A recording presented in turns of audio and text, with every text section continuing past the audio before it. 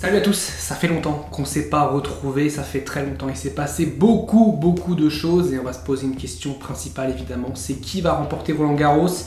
Et pour une fois, non, la réponse ne sera pas Rafael Nadal malheureusement. Il y a 5-6 joueurs pour moi qui peuvent prétendre vraiment au titre, plus encore peut-être 4-5 outsiders. On a vraiment un Roland-Garros très ouvert chez les hommes. Allez, on en parle tout de suite.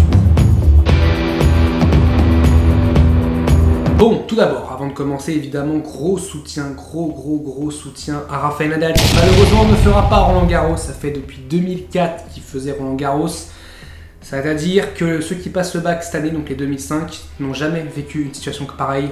Ils n'ont jamais vécu un Roland-Garros sans Rafael Nadal. C'est pour dire à quel point ça fait longtemps. 2004, 2023, c'est une date qui évidemment fera date dans l'histoire du tennis. Pas de Nadal pour ce Roland-Garros. Est-ce que le dernier Roland-Garros de Rafael Nadal était celui de 2022? On ne le sait pas pour le moment. Même lui, je pense, ne le sait pas. On verra, il veut revenir pour la fin de saison pour la Coupe Davis pour faire une dernière saison 2024, c'est ce qu'il a dit. On verra en tout cas, on lui souhaite évidemment de voir un Rafael Nadal encore une fois briller, une dernière fois peut-être à Roland-Garros et pourquoi pas aux Jeux Olympiques aussi. C'est vraiment tout ce qu'on peut souhaiter à une légende pareille et évidemment c'est comme Roger Federer, quand il va partir ça va nous manquer, il va évidemment nous manquer, comme Novak Djokovic quand ça va arriver, même si Djokovic je pense encore un tout petit peu de temps, mais si on sent un petit peu peut-être ça devient un petit peu plus compliqué justement. On va en parler, on va commencer un petit peu à étudier qui peut être vraiment favori à Roland-Garros parce qu'il y a vraiment eu beaucoup de choses. D'habitude en plus les Master 1000 nous donnent des indications, là on a eu des indications et puis derrière des indications contraires, notamment je pense à Carlos Alcaraz qui remporte Barcelone, le 500 de Barcelone, qui remporte le Master 1000 de Madrid. On se dit bah ça y est, il est bien dedans. On va peut-être avoir un choc contre Novak Djokovic à Rome, ça peut être cool, ça peut être sympa. Et non, il se fait avoir par Marozsan, il se fait manger par un joueur 135e mondial. Après, est-ce que c'est un accident et il va revenir après pour Roland-Garros et tout détruire? On ne sait pas. Est-ce que c'est un match qu'il perd parce qu'il y avait des conditions aussi un petit peu difficiles à Rome? Est-ce que c'est un... Voilà, Roland-Garros sera des conditions évidemment différentes. On espère déjà qu'il fera beau, contrairement à Rome, avec une météo qui a été catastrophique de A à Z. Il n'y a pas eu un jour quasiment sans pluie. Bon, peut-être que j'abuse un peu sur les Master 1000 sur 12 jours. Il y a peut-être eu un jour, les Master 1000 sur 12 jours. Mais qu'est-ce que c'est naze. Mais bon, ça c'est un autre débat. J'en ai déjà parlé, c'est un autre débat. Mais donc Alcaraz, voilà, qui se présente pour moi peut-être comme favori numéro 1 bis avec Novak Djokovic. Je vais expliquer pourquoi. Sur Alcaraz, pour moi, voilà, c'est peut-être physiquement le joueur le plus fort actuellement. C'est en plus le numéro 1 mondial, donc il a un statut évidemment à défendre. Il y a peut-être cette pression un petit peu de c'est lui le nouvel espagnol qui doit relayer Rafael Nadal. Ça peut être dans les points, dans les bémols, mais bon, il est tellement comparé à Nadal depuis des années que maintenant je pense que la comparaison avec Nadal, ça ne lui fait plus rien. Je pense qu'il s'en fout carrément d'être comparé à Rafael Nadal. Au contraire, je pense même que ça le pousse encore plus. Je le mets un bis avec Djokovic pour une raison de Djokovic et son CV clairement en Grand Chelem, c'est que quand on arrive en Grand Chelem, Djokovic c'est plus le même que quand on est en Master 1000, quand on est en 500, quand on est en 250. Il a fait une saison sur terre qui est pas belle. Vraiment, faut le dire, Djokovic n'a pas fait une belle saison sur terre. On n'a aucun repère. Ce serait un joueur lambda. Ça aurait été, je sais pas, Alcaraz qui aurait fait ça justement. On se serait dit, ah, peut-être qu'il n'est pas si favori que ça à Roland-Garros. Mais bon, il a un atout énorme, c'est qu'il s'appelle Novak Djokovic. D'ailleurs, son anniversaire, on montre sur la vidéo son anniversaire, mais la vidéo sortira le lendemain. Donc la veille, c'était son anniversaire. 36 ans déjà pour Novak Djokovic. Et ça, le temps passe quand même très vite. Il est de 87. Djokovic qui évidemment s'appelle Novak Djokovic, donc il est capable sur des matchs en 3-7 gagnants de battre tout le monde. D'ailleurs, qui peut le battre clairement sur 3-7 gagnants? Il n'y a pas beaucoup de joueurs qui l'ont fait. Alcaraz, on l'a jamais vu en Grand Chelem contre Novak Djokovic. Je pense à un Casper Ruud, je pense contre Djokovic, il se fait massacrer. Tsitsipas, on a vu qu'il a un plafond de verre Novak Djokovic. Rune peut-être, alors on l'a vu sur 2-7 gagnants à Bercy et à Rome, ça a été très bien. À voir sur 3-7 gagnants, Rublev, je pense pas. Sinner, pourquoi pas, mais ça va être compliqué. Mais à part ça, voilà, il y a peut-être 2-3 joueurs qui peuvent battre Djokovic clairement sur un match en 5-7. Mais ça va être quand même très compliqué sur la durée de trouver un joueur qui bat Novak Djokovic. Pour moi, le seul qui peut battre Novak Djokovic, paradoxalement, c'est Djokovic lui-même. Est-ce que son coude, est-ce que ça va bien? Est-ce que physiquement il est prêt? On aura la réponse dans une semaine. C'est ça qui est bien aussi pour Roland-Garros, c'est qu'on n'a aucune certitude. Et ça, c'est cool, franchement. On n'a pas un joueur qui se dégage du lot. On n'a pas un gars qui a remporté tous les Master 1000 comme il y avait des fois avec Rafael Nadal qui remportait tous les Master 1000. Et la question, c'était même pas qui va gagner Roland Garros, c'était même pas qui va battre Rafael Nadal, c'était qui va prendre un set à Rafael Nadal à Roland Garros. Là, on a enfin une vraie concurrence, et c'est cool. Après, on verra avec la première semaine, il y aura peut-être déjà des têtes qui vont tomber, mais on va peut-être avoir aussi des forces qui vont un petit peu se montrer dans cette première semaine de Roland Garros, mais c'est quelque chose, là, pour le moment, qu'on a un petit peu d'inédit, d'avoir autant de joueurs favoris dans la période, dans l'ère, depuis l'ère Djokovic, Nadal, Federer.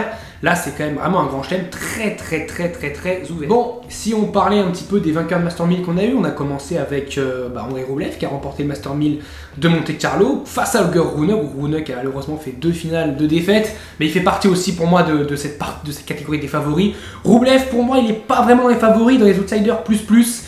Ça veut dire qu'il est capable d'aller, pourquoi pas, chercher un dernier carré, ce serait déjà très bien, parce que bon, il a toujours pas fait dernier carré en Grand Chelem, mais surtout, il y a toujours, je trouve, un petit peu ce plafond de verre face aux vraiment top joueurs. Je pense à Medvedev, je pense à Alcaraz, je pense à Djokovic. S'il joue un de ces 3 joueurs-là, je le vois pas gagner, clairement je le vois pas gagner, c'est peut-être un peu méchant ce que je dis, mais s'il joue Tsitsipas, je le vois pas non plus gagner, contre Casper Ruud peut-être. Mais voilà, je trouve qu'en fait, il faudrait qu'il y ait des circonstances qui soient vraiment, que vraiment les planètes s'alignent pour Rublev, qu'il ait un tableau entre guillemets facile, qu'il évite les grosses têtes d'affiche, qu'il y ait un petit peu de la casse dans le tournoi et que lui se faufile une place en finale pour après aller chercher le titre. Pour moi, ça va vraiment être très dur pour Rublev. Je le vois pas battre 2 grands joueurs, c'est-à-dire je le vois pas battre et Alcaraz et Medvedev par exemple, et Alcaraz et Djokovic. Peut-être en battre 1, il peut le faire, en battre 2, pour moi il ne le fera pas, donc il faut vraiment qu'il y ait un tableau qui se libère, surtout qu'il sera tête de série numéro 7. Donc dès les quarts de finale, il peut avoir un gros morceau, même dès les 8e, parce qu'on a quand même de très beaux joueurs aussi qui se glissent un petit peu en dessous dans le panier, parce qu'il y a quand même du Zverev aussi qui est pas très bien classé maintenant, qui peut aller couper peut-être une tête, on verra ce qui va se passer, mais il y a plein d'incertitudes. Holger Rune qui n'a pas remporté le Master 1000, mais comme on l'a dit, il a fait 2 finales, une à Monte-Carlo, une à Rome. Donc c'est vraiment un joueur qui a compté dans cette saison sur Terre. Il a remporté notamment Munich aussi contre VDZ sur un match de psychopathe où franchement VDZ, je sais même pas comment il a fait pour perdre ce match. Et Rune, je sais même pas comment il a fait pour gagner ce match, mais il l'a gagné. Donc c'est vraiment un joueur vraiment qui est très fort cette saison sur Terre. Il a vraiment montré, c'est pour moi peut-être vraiment dans le top 5 des joueurs qui ont fait la meilleure saison sur Terre, voire dans le top 3. Voilà, Rune a vraiment fait une très belle saison sur Terre. Après avoir en Grand Chelem, contrairement à l'année dernière, il sera attendu, il sera vraiment attendu. L'année dernière, il est encore un petit peu immature, entre guillemets, contre Ruud. Là, il sera, je pense, beaucoup plus près, beaucoup plus proche d'aller au bout que l'année dernière. L'année dernière, il va en quart, déjà, c'est déjà très bien. Là, cette année, pour moi, s'il joue Casper Ruud, il le battra comme il l'a battu à Rome. Je le trouve vraiment beaucoup plus mûr qu'il y a même pas un an. Donc c'est cool et vraiment ça suit Holger Rune qui est vraiment un joueur spécial, un joueur vraiment spécial, mais un joueur kiffant à avoir joué. Ça. Bon, j'ai pas parlé de Medvedev, pourtant Medvedev sur terre battue, bon il aime pas la terre battue, on le sait, mais bon cette année il s'est passé un truc. Il s'est passé un truc, il y a eu comme le multivers, ça y est, Medvedev est devenu un joueur de terre battue. C'est Medvedev maintenant, c'est un joueur qui sait jouer sur terre battue. Il a fait des matchs en plus cette saison sur terre, de très grands matchs. Je pense à celui de Monte Carlo contre Medvedev, non c'est lui-même, c'est possible en plus. Contre Zverev, il fait un gros match. Il fait un très bon Rome, puisqu'il va remporter Rome où il n'a pas remporté un seul match avant ce tournoi. Là, il les a tous remportés, et puis pas non plus des matchs ridicules, mine de rien, pour Medvedev. Ça a été Tsitsipas en demi-finale, qui sur terre battue n'est pas maladroit. Holger Rune en finale, qui l'avait battu en plus à Monte Carlo. Après, à sa décharge à Monte Carlo, il était un peu fatigué après son quart. Non, c'était son 8e. 8e face à... c'était le 8e face à Zverev.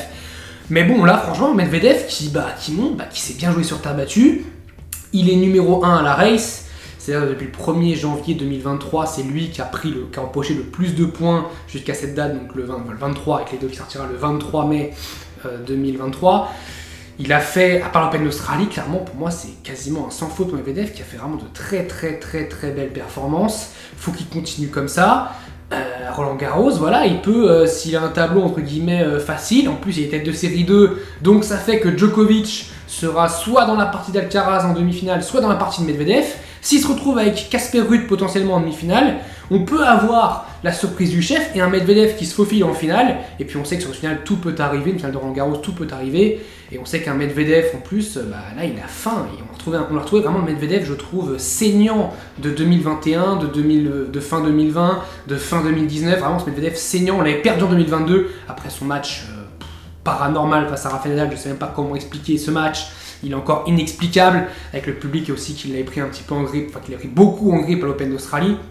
Là, ça y est, on a retrouvé le Medvedev conquérant, convaincant, qui veut remporter les matchs, que ça soit sur terre, que ça soit sur boue, que ça soit sur n'importe quoi. Ça y est, il est focus sur son tennis et ça marche très très bien. Medvedev, vraiment pour moi, fait partie de ses favoris pour Roland-Garros et c'est pas une blague. Franchement, c'est pas un poisson d'avril. Il en reste un, j'ai pas parlé. Bon, il y a Sinner aussi, dont j'ai pas parlé, mais qui fait partie pour moi des outsiders plus avec Rublev. Il y en a un dont on n'a pas parlé quand même, qui pour moi, un petit peu déçu, mais reste quand même un très très bon joueur sur terre battue.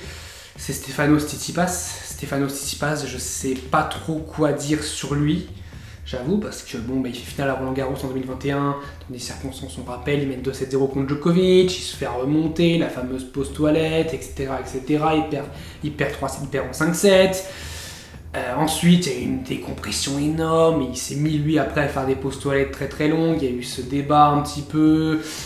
Il y a eu l'année dernière, Roland-Garros 2022, où il était quand même favori largement de sa partie de tableau, parce que je rappelle, dans la partie de tableau au-dessus, il y avait Zverev, Nadal, Djokovic et Alcaraz, qui étaient pour moi peut-être, qui faisaient partie des 5 favoris avec Tsitsipas. Et Tsitsipas était tout seul dans la partie basse, et il a perdu en 8e de finale contre Holger Rune. Donc évidemment, c'est une contre-perf énorme, notamment en plus. Il y a aussi un rapport du fait qu'ils étaient à la Mouratoglou Academy tous les deux. Donc ça fait un petit peu que ça y est, pour Mouratoglou, le chouchou, c'était plus Tsitsipas. Mais Holger Rune, il y a aussi le rapport avec ses parents, son père, sa mère. Il y a des vidéos qui sont tombées à Rome où sa mère se met à lui parler. Bref, le rôle des parents sur Tsitsipas, c'est une catastrophe. Je sais pas comment il fait pour les gérer. Bon, après il doit avoir l'habitude, mais je sais pas comment il fait pour les gérer. D'ailleurs, est-ce qu'il les gère vraiment ou est-ce qu'il les subit? Ça aussi, c'est une question qui peut se poser. C'est pas le débat du jour, mais c'est une question qui peut se poser. Est-ce que Tsitsipas, il a le cran pour dire à ses parents, allez stop, c'est bon, on arrête, j'en ai marre? Ou alors, est-ce qu'il en a besoin? Est-ce qu'en fait, ça le nourrit, entre guillemets, d'avoir son père qui lui parle tout le temps, d'avoir sa mère aussi qui se dispute avec son père? C'est arrivé l'année dernière, c'est un moment où les deux parents ils se disputaient entre eux et tout le monde voyait ça. Bref, ridicule. Ce qui fait que Tsitsipas, on a une grosse interrogation. Il est très très bon sur terre battue. La finale à Roland-Garros, donc de toute façon, il ne faut pas l'enterrer. Mais il y a vraiment une énorme interrogation. Moi, franchement, je ne comprends pas le personnage de Tsitsipas au global. Le joueur, j'ai du mal à le voir progresser aussi d'ailleurs, c'est quand même quelque chose d'assez inquiétant. Je trouve qu'en revers, son revers c'est compliqué, ça boise beaucoup, en retour c'est compliqué. J'ai l'impression que si on pilonne revers, Tsitsipas c'est fini. Et ça fait quand même depuis quelques années que ça dure. Déjà on disait en 2020, 2021, 2022, là en 2023, ça reste le même problème. Donc c'est qu'il y a quelque chose qui va pas, j'ai l'impression que le train est en train de passer et que lui, il est en train peut-être de rester à quai parce qu'il y a 2 ans, il y avait beaucoup moins de monde quand même. Il y avait Rafael Nadal et Novak Djokovic, ce qui était monstrueux. Mais à part ça, il n'y avait pas non plus grand monde. Il y avait Zverev aussi qui jouait très bien, d'ailleurs c'était les demi-finalistes, et Zverev, Tsitsipas et Nadal, Djokovic. Mais à part ça, c'était un petit peu la concurrence, c'était un peu moins élevé. Là, il y a quand même beaucoup de joueurs qui se mettent à très très bien jouer sur terre battue. On a parlé d'Alcaraz, on a parlé de Medvedev qui joue aussi très bien, qu'il a battu en plus à Rome, donc faut pas l'enterrer. Il y a Djokovic, on sait qu'il a un plafond de verre contre Djokovic assez compliqué. Ruud, j'ai un peu de mal, je vais pas le mettre, mais il y a Holger Rune, il n'arrive pas à le jouer. Yannick Sinner, peut-être qu'il peut perdre. Fritz, il a perdu contre Fritz à Monte Carlo. Donc, Tsitsipas, vraiment, il y a beaucoup de questions. Dites-moi vous ce que vous pensez de lui, parce que si vous voyez faire quelque chose d'énorme à Roland-Garros ou pas, moi, j'ose espérer qu'il aille au moins en 8e de finale, enfin, en quart de finale, pardon. Mais bon, pendant les 8 derniers, mais voilà. Enfin, je sais pas. Vraiment, Tsitsipas, c'est vraiment une grosse interrogation. Et dans tout ça, les Français, évidemment, on a Benoît Paire qui peut prétendre évidemment au titre. Pas du tout. Pas du tout, mais bon, c'est cool. On aura Benoît Paire qui sera à Roland-Garros, on aura pas mal de monde. On aura Benoît Paire, on aura Arthur Fils, on aura Van Haché, on aura pas mal de monde. Et franchement, c'est cool. Van Haché qui a fait un gros match d'ailleurs contre Novak Djokovic à Banjamka. C'est pas mal, mais vraiment, les Français, ça. La jeunesse française, ça monte un petit peu. On a toujours un problème de hiérarchie, de générationnel en France. où on a un petit peu la génération post-Monfils, Tsonga, Gasquet, Simon, qui n'est pas là. Mais on a une génération qui arrive avec Arthur Fils, avec Van Haché, avec Gabriel Debrue, qui est encore beaucoup plus jeune que ces deux-là. Mais ça commence à monter et c'est cool. Dites-moi vous ce que vous attendez de ce Roland Garros. On parlera évidemment du tableau de Roland Garros, parce qu'il va y avoir évidemment le tableau qui va aussi peut-être dégager aussi des favoris. Admettons si Medvedev se retrouve tout seul dans sa partie de tableau, et on pourra dire qu'il peut être favori pour Roland Garros. Si c'est Carlos Alcaraz, on dira c'est voilà. Le tableau, je pense que le tirage au sort va être très très important, puisqu'il y en a, ils peuvent dès les huitièmes avoir un match très compliqué, en huitième, en quart, en demi et en finale, et d'autres peuvent se frayer un petit peu un chemin assez facilement, entre guillemets, parce qu'il n'y a jamais de match facile, jusqu'en demi-finale. En tout cas, dites-moi vous ce que vous allez penser de cette saison sur Terre, qui pour le moment, c'est un peu mitigé entre guillemets entre le temps, la météo qu'il y a eu à Rome, l'organisation à Rome, les Masters 1000 toujours. Franchement, je n'aime pas ça du tout. Dites-moi vous ce que vous en avez pensé. On se retrouve très très vite pour le plus beau tournoi sur terre battue de l'histoire et de l'année. Je vous dis salut à tous, portez-vous.